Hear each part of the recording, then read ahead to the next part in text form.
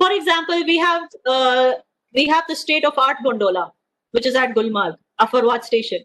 What do they have in the name of a cable car? They have this arankel or something, which is like this shaky, made of wood, and they use rusted shutters as the safety lock. Okay, and it's like a suicide mission getting on that. They have that in some place. Another thing is they don't maintain, like how we've maintained Shankaracharya temple, we've maintained the Hazrat Bal, we maintained all these monuments so beautifully. There is no maintenance. For example, you look at the Red Fort in Muzaffarabad.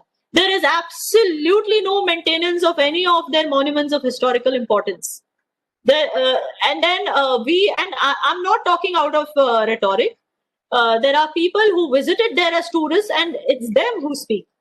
Apparently, there is a shortage of hotels and places to stay, and a lot of tourists have been seen sleeping on the roads.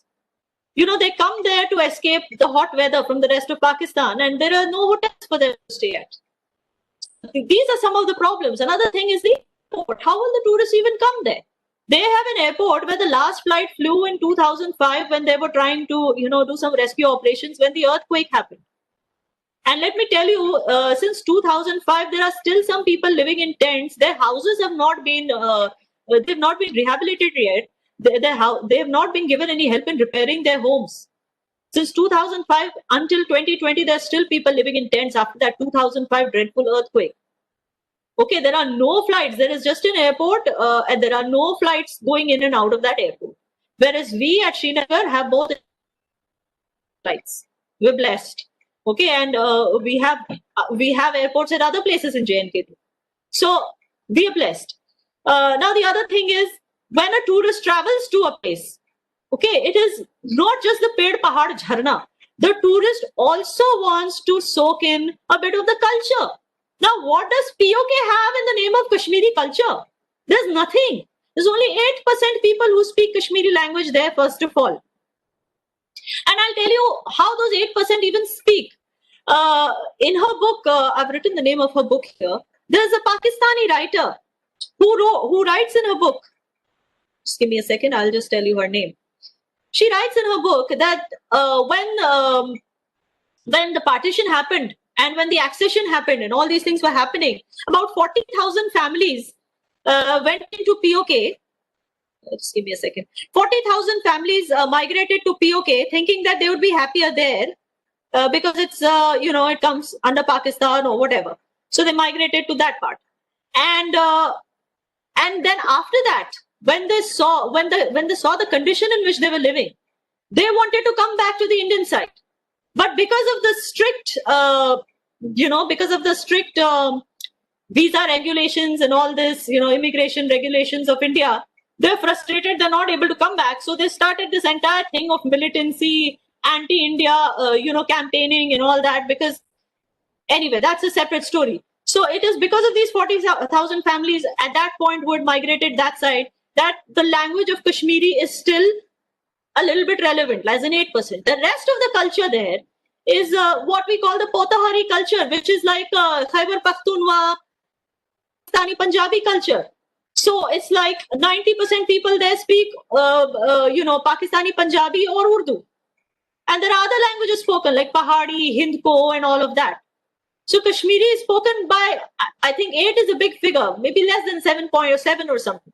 Very few Kashmiri speakers there. That's point number 1. Point number 2, you talk about cuisine. A tourist, when he visits, he wants to taste the food of that place.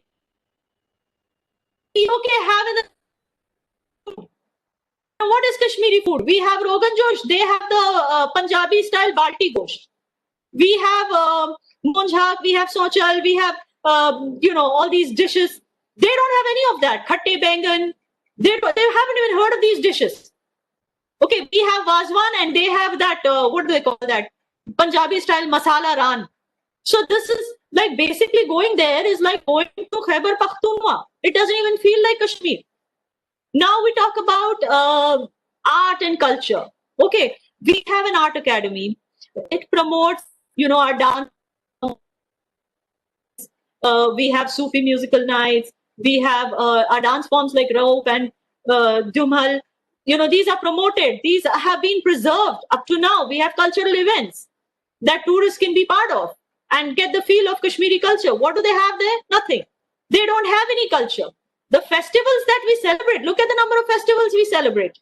Apart from the regular Muslim, the festivals of Eid al-Milad, Eid al-Fitr, the Ashura, apart from the Muslim festivals, we also have Hemis, we have the Tulip Festival, we have the Saffron Festival, we have the Shikara Festival. What do they have? Nothing. They don't even have Shikaras there. So that is not even, I don't even believe that it's a part of Kashmir, first of all. Okay, because they have not bothered to maintain anything that is Kashmirian out there.